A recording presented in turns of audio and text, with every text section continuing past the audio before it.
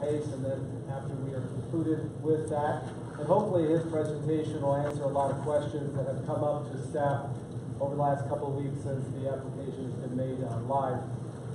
But after that, we'll have a question and answer session. All the staff are here from NERC that have taken part in the construction of the application itself, of course, with the topical committees. All the staff for the committees are here to answer any questions specific to your project and to those application types. So without further ado, Trey, take it away. All right. Good afternoon, everyone. Thanks for joining us. Just a few quick highlights. First of all, I want to introduce myself. I'm Trey Wasser, I'm the Director of Transportation here at NERC. And I want to introduce the other staff members here. It's James Winters, our transit planner, Scott Weber, our regional transportation planner, Mitch Forrest, Peter Kimball, who is our regional planner, Iman Ibrahim, who is our land use planner, as well as many other things, planning, jack of all trades. Kathy Luther, Director of Environment, will be joining us shortly, and so will Charles Radsky, who is our transportation projects manager, who I'm sure you've all worked with in regards to the tip. One other note, we are recording this so that we have a record of it, so in case you want to go back and reread it or share it, it'll be on our YouTube page. So whenever you do ask questions, please speak up so I can capture it so that we can get those questions for the record and we can share the answers. All right, so I'm going to walk you straight through this application process right from our website where you can find it. So, nerc.org, and then the transportation tab, and it is the very first graph. All right, that's pretty simple. Some overview information about the NOFA is listed here. All the different funding sources that we receive as an agency to distribute to our local public agencies and transit operators. And then Charles, who I did see. Come on up, Charles. Don't be shy. I was kind of hoping to. Oh, and I forgot to mention too, I'm sorry, Dominique Edwards is in the back. She's our public participation planner, and she's monitoring the NEVO, so she's sitting in the back where that is taking place. All right. So eligible projects, of course, include transportation projects that are implemented between 2020 and 2024. Specifics on each eligibility of each project vary greatly between federal funding sources, of course, and applicants are encouraged to be familiar with those federal eligibility requirements. More on that is available inside the application. Heads up, we do understand this is of limited detail because they're static maps. You give us the project limits. Peter can assist you with that. He's our GS planner, and so there is a benefit to that in that we will we'll know about your projects a little bit more in depth before we actually see them when we have those interactions with you. So it is a little cumbersome, and we do understand, but over time, the intention is to move towards more online GIS-based mapping. But at the current time, if anyone's familiar, tracks our staff closely, we had a GIS planner, she left, and we had another GIS planner, he left, so keeping GIS planners is tough for us, unfortunately. So we've not been able to move forward with the sophistication of GIS like other NPOs. But those maps are here. So we have a map of all the federal aid eligible roadways in northwestern Indiana. This is important because in order to apply for a project, except in limited circumstances, you must be on a federal aid eligible road. And for most of the funding sources we as an agency receive, the project has to be located in an urbanized area. NERC is composed of two urbanized areas, the Chicago, which is in green, and Michigan City, which is in blue. If you're outside of those urbanized areas, your projects most likely will be applied through INDOT, through Group 3 or 4 funding. Although HSEP funding does work outside of the urbanized area, so any safety projects. So you may I think so. Yeah. Okay. So for more detailed information on this one, this map is actually online. So you can reference this one. This one is an existing map that is online. You just go to functional classification, and you can click here for an interactive functional classification map, where you can look through and see the roads that are eligible. The only one that's on here, the two that are not eligible, If you're in a rural area and you're a minor collector, your projects are not eligible, as well as local streets. Roads that are classified as local. That does not mean locally owned. Locally owned, but still, you can still be federally eligible if locally owned, which is the majority of the projects we fund, of course. So then we have the congested corridors map. Scott has prepared this, so if you have questions about this, please talk to Scott. This is the level of service ratings for all the different roads within our region. This next one is a more specific congested corridors map with some additional detail on it, like labels and street names and whatnot. But of course, it's still a static map. It's hard to see the details. For some of the questions on the NOFA, it does ask about transit access. So consult this map for the locations of transit access within the region. And if you have specific questions about that, you'll want to address it to James Winter so he can give you more details. And another one with the roads, names, and whatnot. This is the fixed route transit map alongside of the population density levels within the region. There's questions about that threshold. And then with additional detail on that map. This is broken up by county.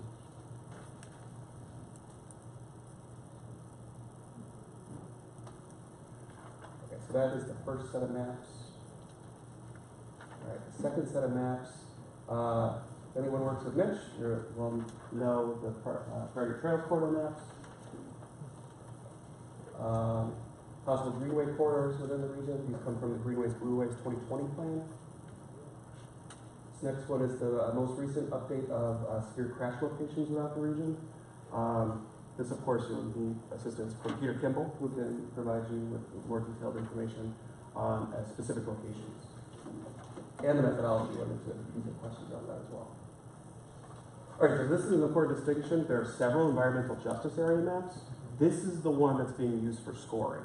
It is a compilation of all the other environmental justice maps.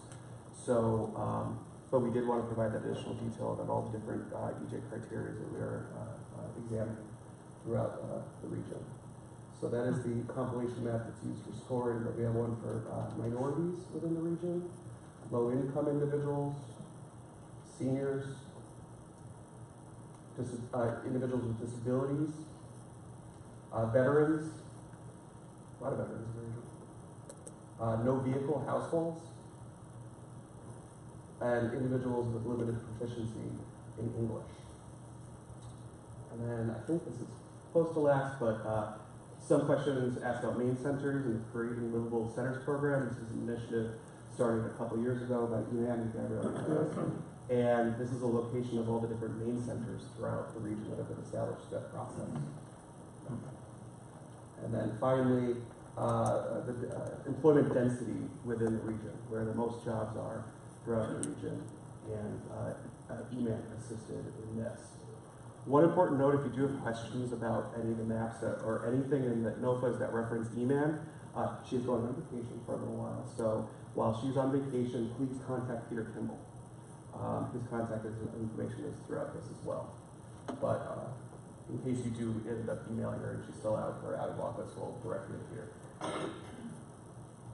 Okay. So then there's one of 13 applications. So for anyone that's been involved in the creation of this NOFA, and thank you for everyone that participated. It was a significant level of effort from September through November and hundreds of hours, thousands of hours when you put everyone together. And all the funding has been divided or targeted among 13 different program areas. And each program area has specific scoring criteria for it. We do have 9 umbrella criteria that speak to the entire transportation system or all the projects we're trying to invite applicants to apply for. But within each of the programs, there are unique and specific criteria for those 9 umbrella criteria. So from here, I thought I would go through each, not necessarily each application, but we can start with air quality. We did try to make this a lot easier to use. I hope people will think so. But we will certainly welcome your feedback on the back end if you don't think so that we can make improvements going forward. Air quality is one of the more difficult ones and has the most complex data analysis. But Kathy Luther has joined us, and she is available for assistance. So when you click on the application, it will download an Excel file. When you open it, one important note is you have to enable editing. If you skip that step, it'll appear as the entire document's locked. The majority of the document is in fact locked, but there are cells that are available, obviously, to enter data. If you don't click edit, it's gonna make it look like it's broken. The next step, and I don't know why this happens, you have to go to formulas and calculations, automatic. Okay, this one's still working. That's good. Otherwise, the formulas that are been built into the Excel file will not work.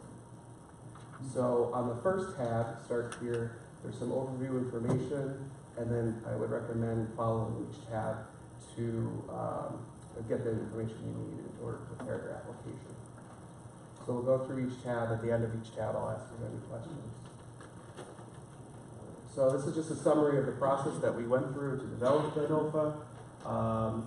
We have initially identified 80 different project types within federal transportation legislation that are eligible for the 8 different funding sources that we received here in Northwestern Indiana. Those were categorized in 13 investment programs. They were evaluated for their impact on the 16 critical paths, which are behind you. And then they were each assigned a score and grouped into tier 1, 2, or 3 projects and targeted for funding accordingly. So what you do then is you will identify which program you would like to apply to. And we have the air quality program, complete streets, environment, multi-use trails, new roadways, planning, quality of place, roadway improvements, transit asset management, transit customer service, transit expansion, transit operating, or transit security. And then as I mentioned, there were the 9 umbrella criteria used to evaluate project applications. They are access and connections, economic generation, environmental benefits, local plan and policy support, regional plan and policy support, partnerships, project readiness, safety, and social equity. Overall, what we are trying to accomplish in one of the goals is to all at once leverage the $267 million that is available to Northwestern Indiana. In prior efforts, the NOFA processes were kind of divided by funding source or UZA, so at no one time did we have all the federal aid eligible for Northwestern Indiana programmed at once. And so that's something we're trying to accomplish going forward. So as you scroll down, there's some initial questions. You put your information in, name of your municipality, or your what transit operator you represent, the name of the applicant on behalf of the municipality or transit operator. Just click which county you're located within, provide your contact information, describe whether or not you're in an urbanized area, then you would want to consult that map to determine that. And then here's an overview of the timelines associated with the NOFA process. We do need all the applications in by January 11th. We'll do our own internal NERC staff evaluations of the projects, and then we'll be meeting with all of the different topical committees to review those scores and come to a final score, and then fiscally constrain and recommend a new tip to the TPC.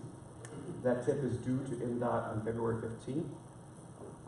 And then Scott will go through the process and take any capacity on any projects or similar and run it through our air quality conformity model to make sure that the projects we are recommending do not violate the air quality budgets of that are provided to us. And then on March 12th, if necessary, we'll have a meeting with the TPC to make any revisions necessary to that draft tip in case there's something found in their quality model or anything else that pops up along the way. And then from April 1st to April 30th, we'll put this under a 30-day public comment, and we will ask the commission to adopt the tip after the 2050 long-range plan has been endorsed and the model has been endorsed as well, the conformity determination. So anywhere you see, there's some instructions for the application. Anywhere you see a blue box, we ask you to input data. Anything in the yellow box is information that will be pre-calculated from a formula or carried over from another sheet. And so that is the sum of that page.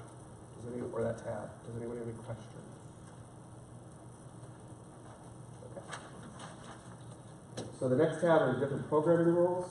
This is divided into two sections. Programming rules for funds that are derived from FHWA and programming rules that are derived from FTA. So as we've experienced, some of you may be familiar or not, over the summer we dealt with a significant deficit in the TIP, and we've constrained that so that we have projects that are programming funds that are available. And so we tighten up the rules, and so of course if you apply for a project underneath this NOFA, you will be held to these rules going forward. Anyone have questions about that? So the third tab, funding overview, is a description of the overview of funds available. This table here is a demonstration of the transit funds available to us in the region. This is on a current allocations as authorized by the FAST Act and appropriated by Congress. In the out years, of course, they're estimated because the FAST Act actually expires at the end of 2020, and Congress appropriates funds on an annual basis. So there are estimates, and they're level funded given the fact that we can't see into the future. Funds provided by FTA, of course, can carry over for 3 years if they haven't already been obligated. So there's additional fund notes about the funds over here on the right. And then go below, there's a description of the federal highway funding sources available to the region. Of course, this isn't a perfect year again. There are estimates of what's available, and that's it for this tab. Nope. The full descriptions of all the funding sources and links to the fact sheets from FHWA and FTA. If anyone has specific questions about the funding sources, you want to check that out for themselves before they come to us, but you're more welcome to come to us as well. For CMAQ, it's important to note that there are additional eligibility determinations required. You do have to demonstrate that you are reducing air quality emissions associated with the project you're applying for. There are a couple different spreadsheets that FHWA has prepared, and we are going to be using those for this round of applications. HSIP also has additional eligibility determination requirements, so all the projects that are applied for under that funding source, we do have to approach INDOT with, and they have to approve them for use of that funding source. When do you see that happening? The request for eligibility determination? In January, once we receive them. Okay. Two notes here. Safe Routes to School projects are one of the few projects that can be actually spent off of the federal aid network as long as they're within a certain distance of a K-8 school. So if you do have a local street and you want to make access improvements to elementary and middle schools, they do not need to be on a federal aid eligible road. They can be on a local road. And trail projects can be built off the federal aid system. And transit projects, if they are using FTA-derived funding sources for sidewalks, which is not a targeted funding source for 5307, but 5307 funds can be spent off of the federal aid network to support transit access with sidewalks. Okay. Any questions on this? Kenny? There's a disconnect between what's here and what T-Rock has done. So I assume that you and Charles will be getting together sometime between now and January 11th to coincide that stuff. Yeah, it's always a moving target. So for all those not familiar with this, the TIP is a living document, and the funding sources available to the region do change from year to year, but also based on the rate in which funds are obligated by the different projects that are advanced to letting, or for transit operators when they actually execute grants. So the funding available at any given time, it is a snapshot in time.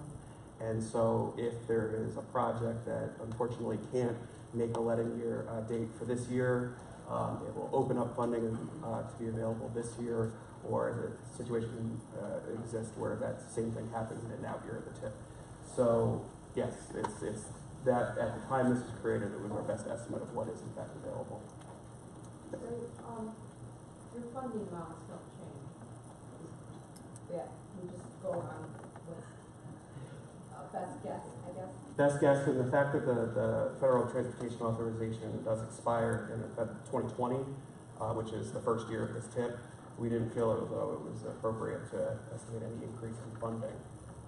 We really don't want to find ourselves in a position where we overprogram the TIP and then the feds don't increase funding in the authorization, or Congress doesn't come through and appropriate the funding, and then have to come back and say, hey guys, we have to remove projects from the TIP. In the past, the transit operators, when they would be applying for TIP, would agree to a percentage of increase over 4 or 5 years. Should we continue that, or should we just apply for the same amount of funding each year? You should include the estimated cost of providing your service, those increases, but the funding amount's not going to change in this NOFA. As the appropriations come through, we'll have better information in that current year to reflect your project applications. But given if the fact that you have union contracts or something like that, where you know that you're going to have a 3% raise for your operators, your bus operators, then of course you have to include that in your operating assistance subsidy request, right? Yeah, you would suggest that each operator decide what the percentage of increase should be instead of it being joint numbers among the operators? You know that information best for yourself and the estimate of the increase your costs.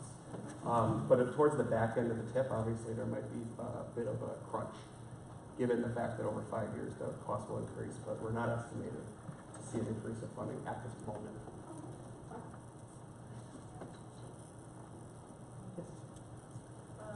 When you're looking at the environmental justice maps, and you said that you would utilize for scoring, correct?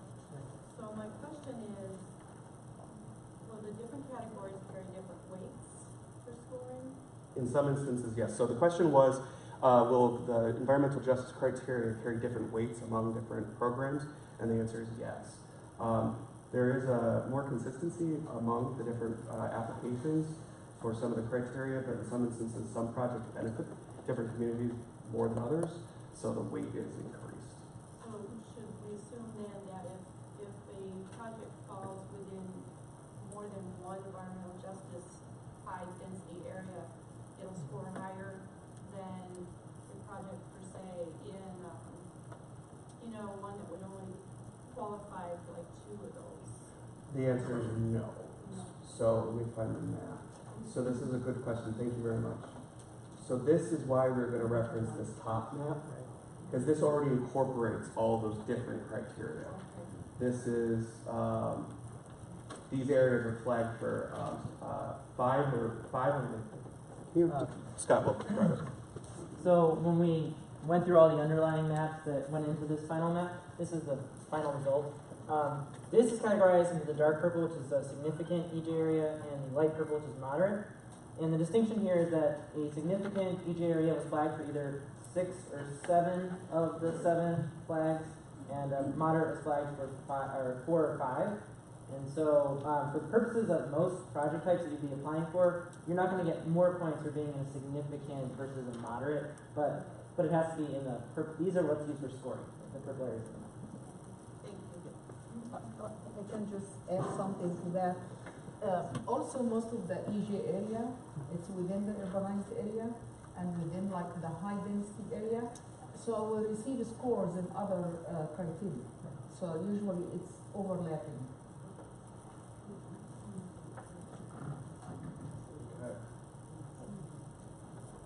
Question. Oh, sorry. Yes.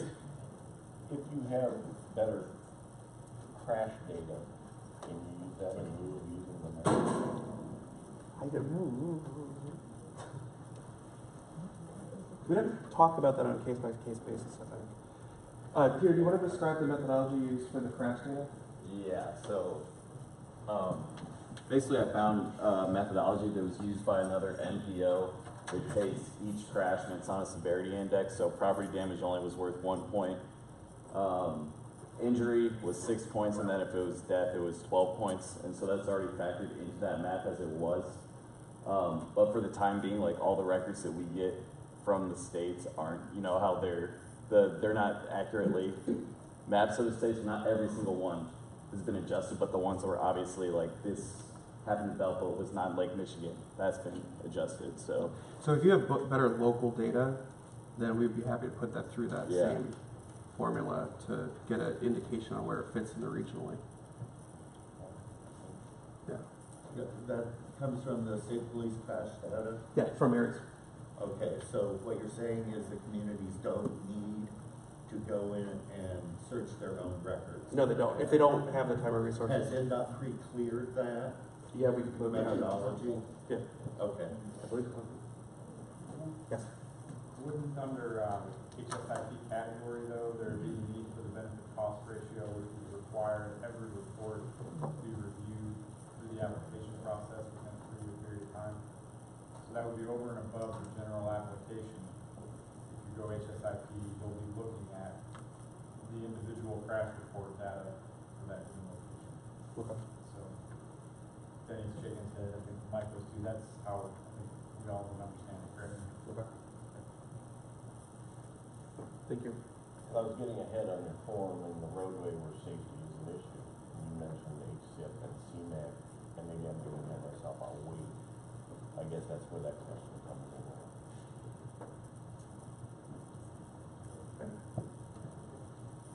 All right, so the next tab is program and project types.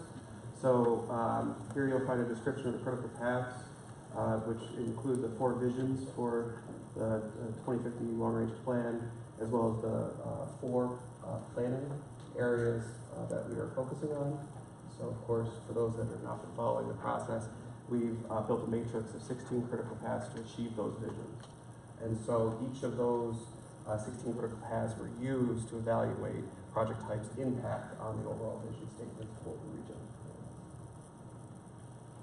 And so this is the results of that work. Each program is listed in the order of its average score. So the highest scoring program was transit operating. And you'll note that in the second column, what topical committee is assigned to review those project applications. So this is the group you're going to gear your application towards, so get to know those committee members. Just kidding. The project types within the program are described here with a brief description and the scoring tier. Tier 1 is one we're hopefully targeting for funding. In an ideal world, funding is available for all of these, but that's not necessarily the case, unfortunately, because the existing 18 to 21 TIP is over-programmed by, well, it's not over-programmed, it's fiscally constrained, but there are projects sitting in 2022 and 23 which are already consuming the funding available for this NOFA. And then the targeted funding source. This is a funding source as staff are recommending for that project type. It doesn't have to go to that funding source, but there was some methodology behind that. And the last column tells you if there's additional eligibility information required for that project type and funding source. So you can go down through here. So one important note, though, of course, is that regardless of the fact that it may be tier 1, 2, or 3, all the project types are still eligible. If you're applying for a project that's a tier 3 category, the likelihood of being funded is low, but everything remains eligible. We don't know what's going to be applied for, so until we receive the applications, we can't be sure of how the funding will line up with the different targets. You have a question, Dan? You're saying essentially the whole big shopping list of projects type, any one of those can be applied for, even though they're group tier 3 or tier 4, and the thought being is if there's money left over after tier 1 and tier 2, that possibly tier 3 or tier 4 could be funded. Yeah. Well, there's only 3 tiers, but Or 3. yeah. But yes. We don't want to say no to anything in the sense that we as staff or whatever, we didn't recommend to the commission that we would say no to any one single project type. It's just that this is the rank of priority according to the way those project types impact our critical paths. But again, with the funding available, the likelihood of a tier 3 project type being funded is very low. So you have to determine whether or not it's worth your time to make that application on behalf of your LPA. going forward, we hope there's more money, of course. And then tier 1, 2, or 3 wouldn't matter because there'd be enough money to fund everyone's project. But it's not the world we live in, unfortunately. All right. So that goes all the way down for all the different project types and all the different programs. If you have questions about the type of project that you want to potentially apply for, and you're not sure which one it goes under, please give us a call. We'll help you navigate that so that you're applying for the right program.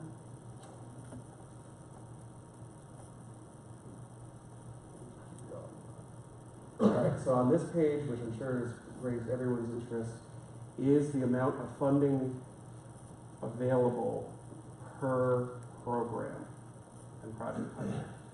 So as we've indicated, the process we went through is we identified a targeted funding source for every project type, and on a full year's allocation of funding, the annual target we would like to see fund, and then versus reality of what the funding is actually available, given the fact that we already have a TIP that has projects with funded in 2022 and 23, which are outside of the TIP.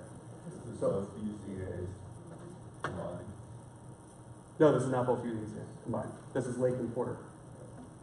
This is Lake and Porter.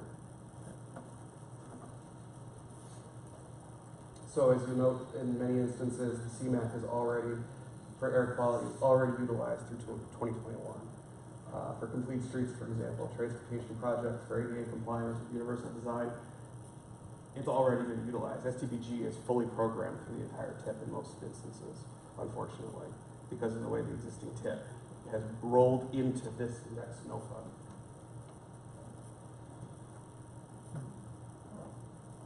And then so, one important note for LaPorte County, our friend in LaPorte County, is because the funding allocation that they receive is approximately $2.5 million on the FHWA side, if we tried to recommend to the commission that we actually target the fund by project type, it would have been an absolutely foolish exercise because there'd be divisions of like the funding down to like tens of thousands of dollars, and you'd never get a project paid for. So what we did is that we actually rolled the money back up into a programmatic level, so that like on complete streets, rather than trying to target money to each of the project types, it's just a blanket $300,000 for the program. Yes. On the screen you have there, transit operating in 2022, is that a mistake? Because 2022 says STBG Utilized. and all the other years it should be USF. There is, we did a review, where's James? On your side of the UZA world, there has been a historical practice of putting quite a bit of STBG towards transit. Because you've only had it in 1 year. Yeah, that 1 year I think is actually a highway project that's sitting on top of that, the STBG. That Charles, I don't know if you know, 2022 on report. I'm not sure. Yeah. It's a trail or something.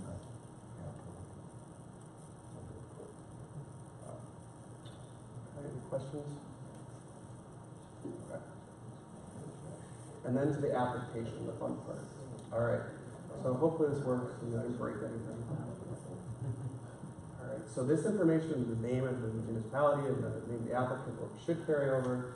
The name of the county should carry over the first page. And then so here's a description of, again, the project types that are available under the air quality program and the tier in which they've been assigned. And so you will choose the project type that you're applying for. And I promise it's not blank, just scroll up. So let's say we're applying for an alternative fuel infrastructure project. That'll just let us know staff where you want the money to come from. In step 1, you'll put your estimate of cost. Easy number is $1,000. The maximum federal share for that project is 80%. So the minimum, this is bad nomenclature, I apologize, it's match, not minimum federal share. The match required is $200. So you tell us then how much match you would like to provide to the project. Let's just go with the minimum, 200. And then it's been, in the programming rules, we've actually set aside the option for every LPA because federal law does allow funds to be put towards PE and right-of-way costs. This doesn't apply to the transit operators, but this table's still sitting there. you are eligible for a certain amount of funding, 7.5% of the capital, estimated capital cost of construction for PE of right of way. So at $1,000, that's about six. Oh, it's of the federal share, so this is federal only. You'd be eligible to apply for $60 in funds for the PE of right of way. So then it asks, how much money from your perspective as a municipality would you like to actually contribute to the PE right of way? If you take the full amount, it'll then go into step 3, and it'll calculate the match. So in this, you've elected to match your construction costs at the rate of 20%, the minimum. And then you've elected to request PE right funds at the rate of 100%. So for everything you're eligible for, you've chosen to fully ask for a full application for PE right away, which means your total match for the project is 20%. Because you are, in fact, taking all the federal aid you possibly can to support this project. Yes. But in the scoring criteria, we said if you match, Yes. you're gonna get to that. Yep. So now, let's just, as an example. Oh, sorry. go ahead. Construction costs, that include your CE too? Yes. The same rules as in dot, they kind of just, that's the way we look at it, right? CE. Yes. Yeah. Yeah. C falls under CN. All right. So just for the construction cost, let's just put in a new number here for $250. Your construction match is 25%. You're still electing PE and right away at 100% of the amount. So your final match is 25% for scoring purposes. So let's just go back to do this. And then you as an LPA say you would like to apply for no money for PE and right away. You're going to pay for the out of your own pocket. So you put in 0 for that. And then your match for scoring purposes is 26%. So if you pay for your own PE and right away, in every instance, your local match for scoring purposes is going to be considered 26%. And then there's a question about this at the end. But we said if you paid 100% of your PE costs, that was gonna be considered at the highest category, which was at 30%.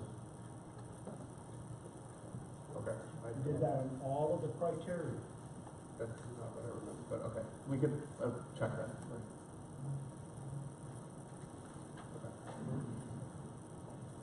Okay. I'll check. Okay. Yeah. So for clarification on the engineering, since we've stated that only 7.5% combined of engineering and right of way is eligible, that's where the percentage comes into play, because pretty much every project is going to be well more than 7.5% of construction for those 2 phases. So in essence, every community will be greatly overmatching. What we're saying is the overmatch only applies to what is within that 7.5%. Yeah. Okay. I had that question, so that clarifies it. Thank you. All right. So the next part is general project information. This first question is very important. Does the project, is it proposed to add capacity to the transportation network? This is important for Scott so that we can categorize the projects that need to be modeled in the air quality model. So please answer that. If yes, please describe how it's going to be adding capacity. The next question, will this project seek to flex funds from FHW to FTA? Just a yes or no so we can categorize the projects. This will probably be more for a transit operator than it will be for an LPA. It'll just help us understand where to kind of divide and organize these when we start to look at them for scoring. And then describe generally what the project seeks to accomplish. We're not looking for essays, just, if it's a pavement job, repairing deficient pavement, and, adding complete streets if necessary, or however, whatever the project seeks to accomplish, just describe that. Tell us the road name. Is it, again, in the urbanized area or not? Begin and end limits, and then any other notes you think would be important for us to know about. So those aren't dates, those are events. Yeah, sorry. Yeah. How do you, for instance, if we're doing a section of roadway, or do you want from one intersection to another intersection, or do you want coordinates? How does the architect do it? 1.2 miles, or 1 mile east of such a road to 1 mile west of such and such a road. All right, we'll discuss that. Okay. I would have expected to see, the year requested in the beginning. Okay, we're not perfect. So for transit operators, please provide the year you're requesting the funds for. Here, in other notes. Sorry. Do you want federal year or the calendar year? Calendar, or no, state fiscal year, July 1st to June 30th. That's the fiscal year we operate on for the TIP.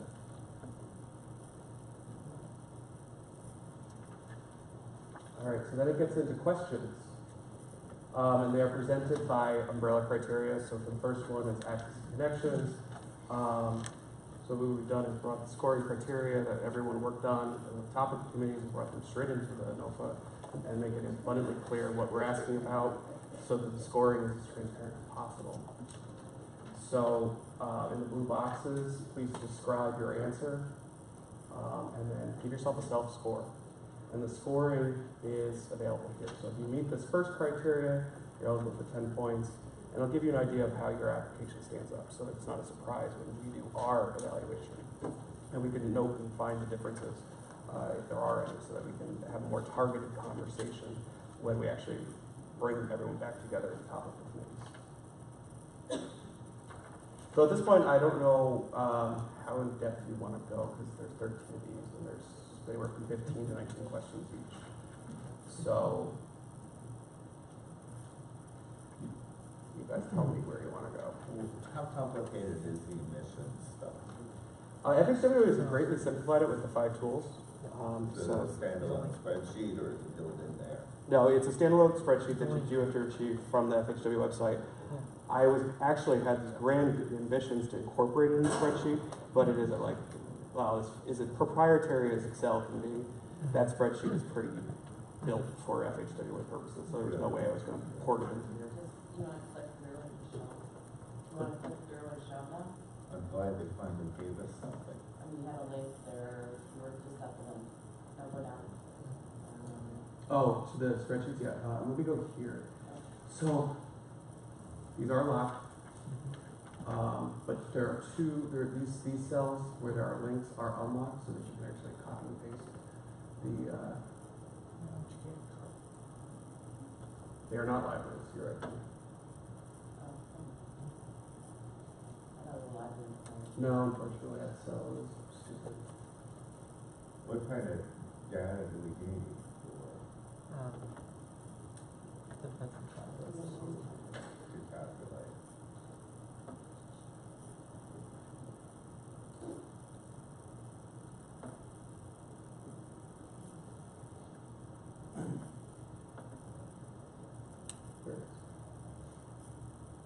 So there are 6 spreadsheets: transit bus and fleet expansion, transit bus retrofits and replacement, carpooling, van pooling, alternative fuel and vehicles, advanced diesel truck engine technologies, and congestion reduction and traffic flow improvements. And then within each of these, it looks like there is supporting documentation from HWA to help you along if you have questions. But Scott's available to assist with that as well. So if we open the congestion reduction and traffic flow improvements spreadsheet, I think they've done a pretty nice job. Is there one for trails? There is not, but there's no scoring criteria for CMAQ for trails. Okay. We don't recommend targeting CMAQ funding for it.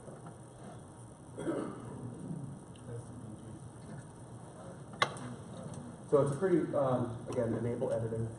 So no CMAQ money for trail? We're not targeting it during this cycle. We're targeting STBG to make it a little easier. And given the fact that there is no spreadsheet tool from us, from USDOT. So you just click intersection improvements, evaluation year 2020. I guess it's as late, that's as late as the web spreadsheet goes, so it'll be 2020. Right. So if it was after 2020, we would just carry forward the number that it gives you for 2020. For the purpose. What is the evaluation year? What does that mean? The evaluation year would be the first year that the project is anticipated to be open to traffic, or open to the user. So if we're a vehicle the first time that it's going to be on the road? The first full year that vehicle is supposed to be on the road, yes. Calendar or Calendar. calendar year? It's, I'm Kind pretty of sure. doesn't matter because the spreadsheet only goes to 2020 anyway. Yeah. So our friends from the federal government have helped us, but not completely. Yes, Dan? In the documentation, I had a lot of time to look at it yet, but I looked at the documentation for the roundabout. And Scott, it says that it only gives you the values for the peak hours, AM and PM, doesn't give you a value for the delay for the whole day. So how do you get emissions for the day? Well, so for the purposes of the evaluation here, because this tool is FHWA sanctioned, and it's used for the performance measures that are required that go into the congestion management air quality program. We're just going to use the peak information because we're going to be Just add the AM and the PM together, and you're going to call that the total for the day? Yeah, for the purposes of this.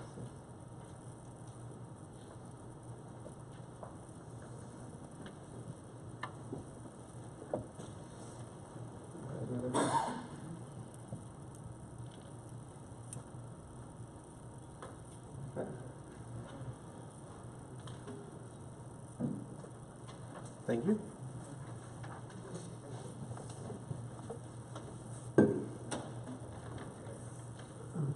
That is the overview of the application that's online right now.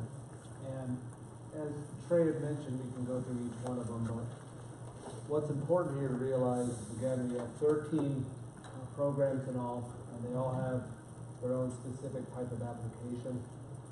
And we have been able to glean through extensive work with all of the topical committees, and not everyone in here has been through these exercises. We've been able to transfer that to this application. So hopefully there are no surprises, but we do want to address some things that may be outstanding or you are still unclear about regarding these particular areas. I know there's probably not enough agendas to go around, so the only thing of real importance on that agenda to keep in mind is that we are open to pre-application meetings with applicants, and we actually encourage that. Depending on your lunch. Depending on your particular application, obviously that's going to be tailored specifically to a particular staff member. Again, we have James Winters. He will take care of all of the transit applications that come in. We have Scott Weber. He deals with the roadway and the bridges that come in, including any type of freight that might sneak through. Myself with the trails and complete streets. We have Eman. She's dealing with the land use. It's actually called Traffic calming, quality of place. quality of place. Planning as well. And planning.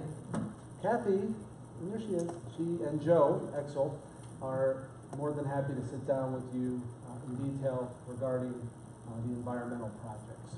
So, I mean, we understand, again, it's a new process, a new program, and we definitely want to be patient. We understand that having this available during the holidays is not optimum for a lot of people, including us. It's just how the chips fell, and we wanted to make sure we were able to get this done by INDOT's deadline. And we want to make sure we have our a tip all together answering that by February. So that said, I will open it up to any general questions of the group, and of course make sure that we have enough people here, enough brain power here to answer them. Yes, Beth. Will scoring happen based on the urbanized areas, like separate group 2 and group 1? So basically, the topical committees are both UZAs, so Yes. they'll be reviewed together. Will be reviewed together? Yes. They'll be reviewed together, and obviously in different funding pools for particular UZA. But we will make sure we at least bring them in so we can kind of take care of it all at once during those topical sessions. Yes. For the transit operators who are going to be applying for multi-year operating expensive maintenance, do we have to go through this application process for each year separately,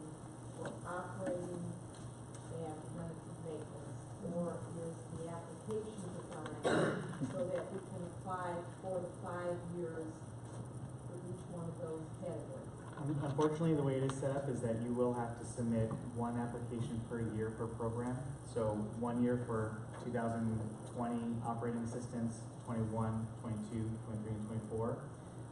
The advantage is that once you make that first one, all you're doing is changing dates and then putting your increases on if you're creating additional funding. So the application will repopulate the squares as we go through the years? What I would recommend is you would go up and save your document as, let's say, you would do like 2019 operating assistance. And then whenever you're ready to do it again, you would save it as 2020 operating assistance and then go in and edit specifically, you know, you wanted a 2% increase here, but the scoring would all be the same. So it sounds like there's a whole lot, but really it's just kind of an extra bureaucratic kind of formality, and it should be relatively easy. How do we handle vehicle replacement? Do we need a schedule for that? Or are we just going to fill out the application per year for vehicle replacement? So that's a good question. Vehicle replacements, it will be available in, it will be available in this transit asset management form number 9, and it's in that category references and calls back to the transit asset management plan, so you can see which year vehicle replacements are currently scheduled for. So if you have not seen that location on our website for transit operators, you can go to transportation and then scroll down to transit. So you go transportation down to transit.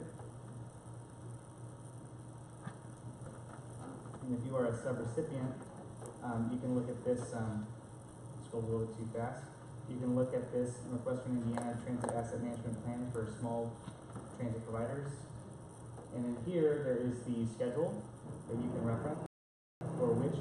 And do we apply for the funds, say, the year before it reaches useful life? Because we usually have 12 to 16 month lead time. Yeah, the programmatic rules as we define them. James. Yeah. I'm sorry. I don't mean to sound stupid, but to try to just go with what you had said, say your bus is going to replace in 2019.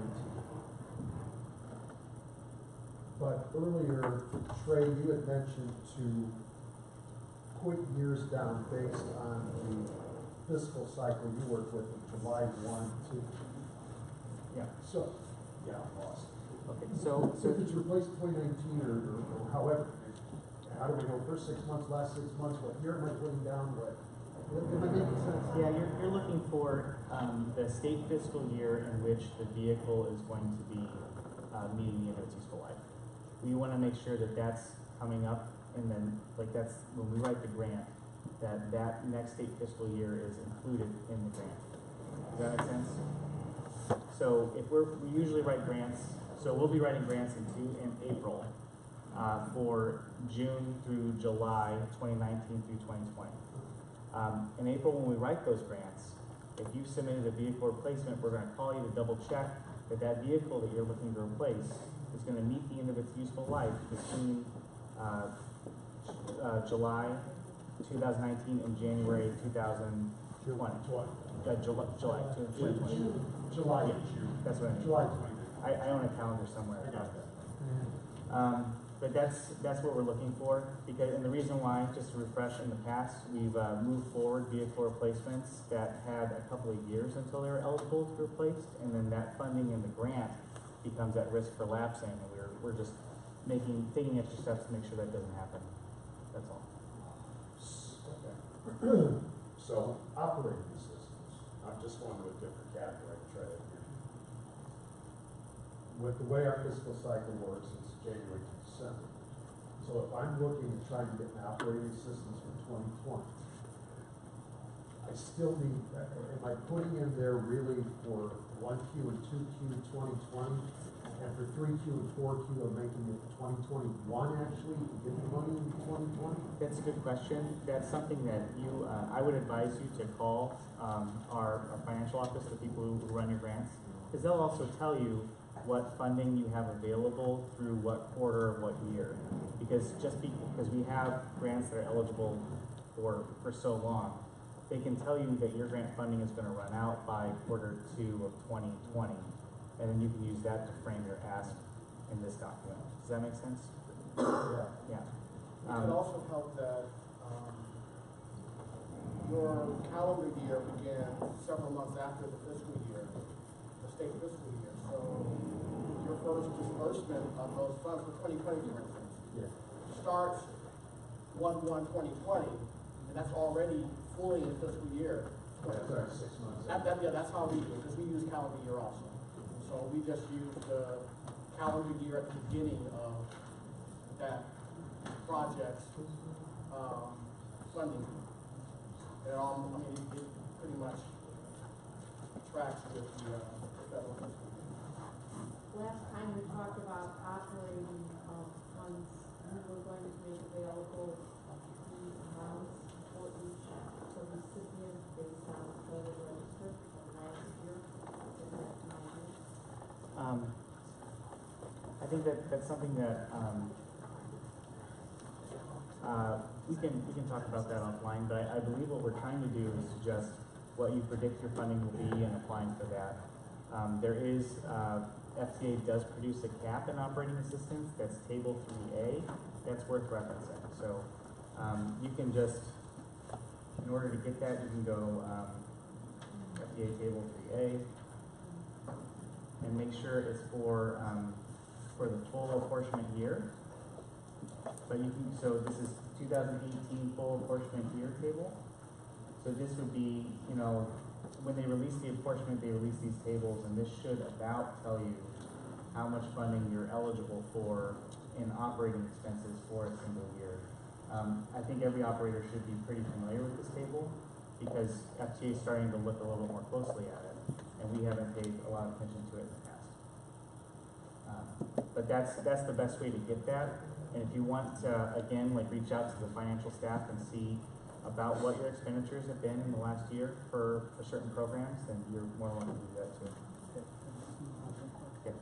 We'll come back to transit questions. I want to make sure that we answer other questions as well when we're here. We did have an issue that came up with the match. I want to make sure that we are clear on this. What was the question was, actually, Jake, did you pose it or Denny? I did. Denny, what was answered? What was that? It was answered. It was answered? Yeah. Okay, I just want to make sure of that. Okay. I just want to make sure any other outstanding concerns. What was it? Kathy has a question. Go ahead. It's not a question, it's more like a tip that Beth and I discovered. If you're doing an air quality application and you go to the federal calculators, the calculator for a vehicle retrofit is really about sticking on a oxidation catalyst or a filter or something. It doesn't address converting a vehicle to an alternative fuel, but the calculator for alternative fuel. So you should use the emissions for the alternative fuel to show your reduction against your regular vehicle, and then use your cost figures for your retrofit for your contract. So if that's confusing, would you maybe just talk to me or Scott or somebody about that? Yes, Beth. For road maintenance projects, in the past we've typically applied for a dollar amount, and then we adjust closer to the time that the work is to be done, the actual roads that are included based on what's happened to the roads in the years prior. Is there that flexibility, or do we have to pin down geographic areas for various road maintenance locations? projects, like resurfacing, stuff like that? For instance, various locations. Various locations? Like it. All right. Great. And that's on the LaPorte side, it's a little easier. On the Lake Porter side of the fence, if you will, we're a little more rigid because everyone's fighting harder for that money. So. Yes. Back to the HSIP, I went online to look at the link you provided there, and document that talks historically why it's important to do it, what the federal highway said and what the DOT is looking for, but I don't see anything in the way of calculations like doing a road hat or a benefit cost analysis or anything. We'll look into it further, I don't know. Yeah.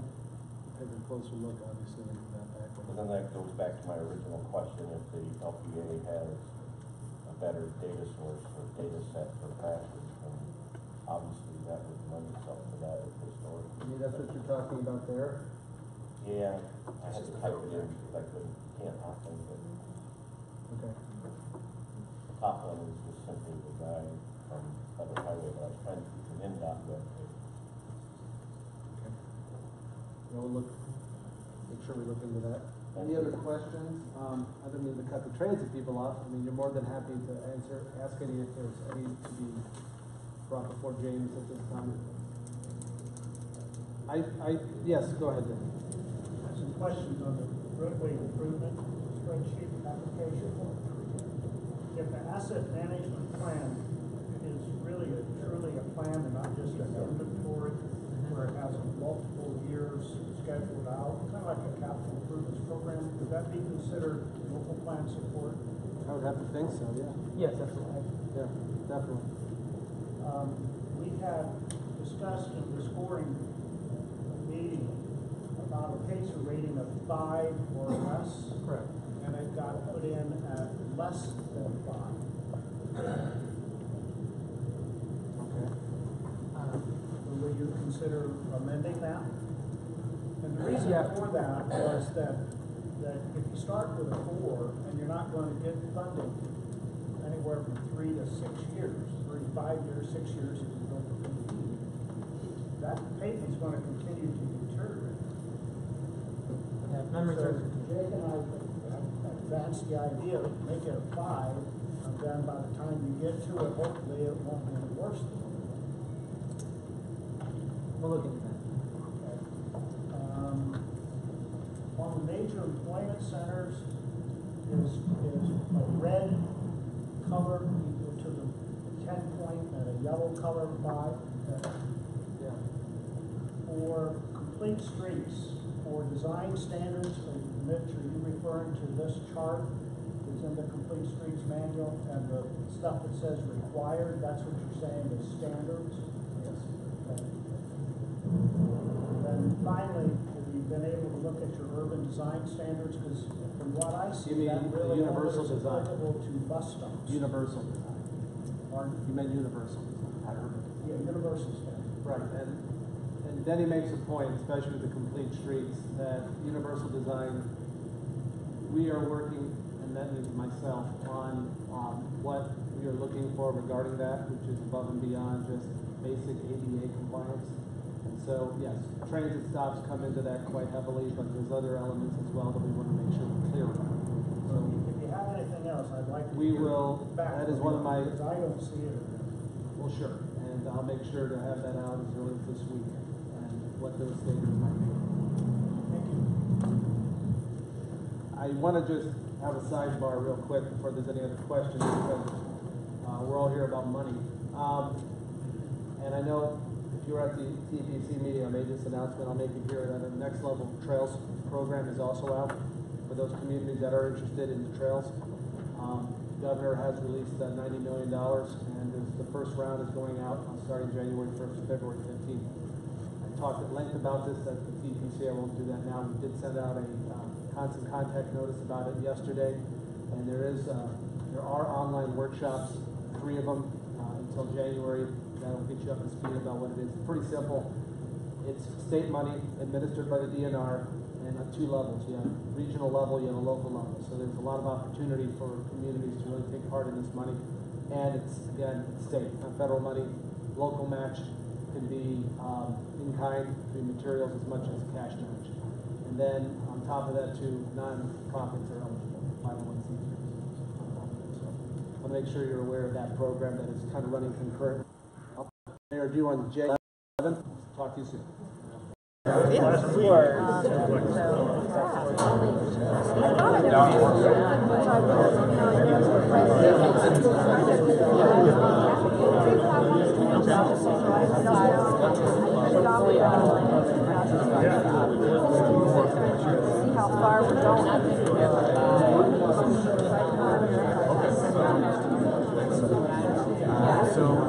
out typically all of 2019 for transit projects, but this one's going out to 2024. So that means at a minimum it's going to be advertising collect some of the revenues from it. When you guys do capital cost of contracting, that's kind of close to one.